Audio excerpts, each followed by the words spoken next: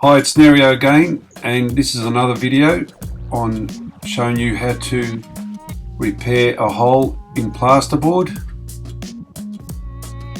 Hopefully you've seen my other videos where I've shown you different examples, and this is another example. The reason why is as I've cut out this hole, this is on a real job. I've been asked to repair this hole. Looks like someone's put a foot through, or looks like a ball of some sort.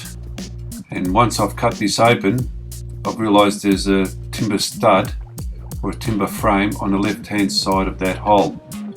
So what do? You simply just cut another hole, similar size, on the opposite side, as you can see what I'm doing. The reason being, because if you just back block what you see there now, the left hand side will not have a strong patch that'll crack eventually. Sure, you can put some paper tape, which is fine, and you'll end up with a slight bump, but I prefer to back block. I back block all the time. I hardly use tape. Of course, there's another thing you need to carry, and the least you can carry or buy, the better. That's my opinion. Okay, there you go. There's the other side of the hole. I'm just cleaning that up a little bit, make sure there's no dust or loose plaster behind there. Thankfully there's no nails or clouts on that timber frame, so I didn't have to use my hammer to pull out a nail, but if that was the case, you'll need to pull the nail out. And now I'm ready to cut my back blocks, which are slightly larger than the holes you see. Again, I stress, look at my other videos, there's plenty of examples. I've cut a bit out of this video just to explain to you what happens when there's a timber frame. But all the patches, all the repairs that I do are all similar. You use the same method, doesn't change. Doesn't matter how small the hole is or how large, I use the same method all the time.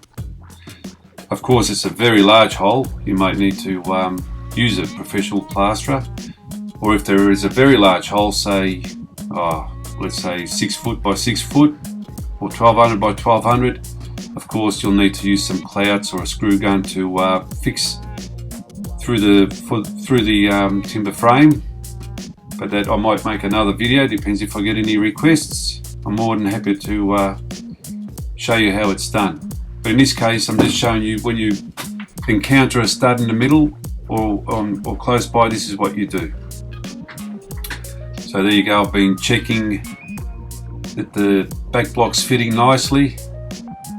Again, I just pushed that nail through. Didn't use the hammer, used the trusty old standard knife. And I'm always double checking that the back block's fitting nicely before I actually apply the glue on, or the cornice adhesive.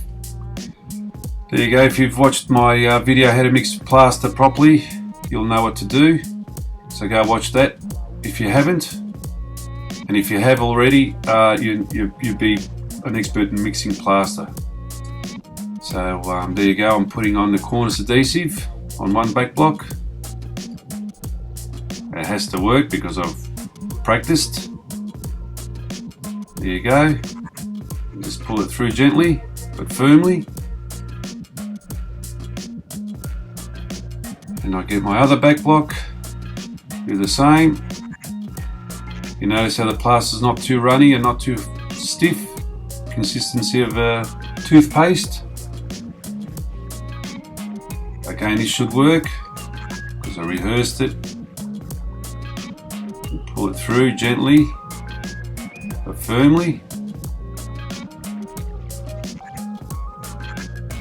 And then let that set for about an hour till it's nice and adhered to.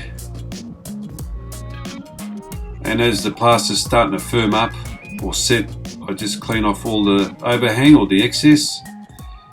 Watch the other videos to see what I do there. It's basically an infill, and in this case I've had a full infill which covers the whole square, and that way it goes right across the timber frame, and you've got that flush finish. And that's just a bit of top coat I'm applying now, and give it a couple of days. Once it's set, You come back with a sanding block, roughly 150 grit sanding block, and you sand it all nice, flush, smooth and nicely.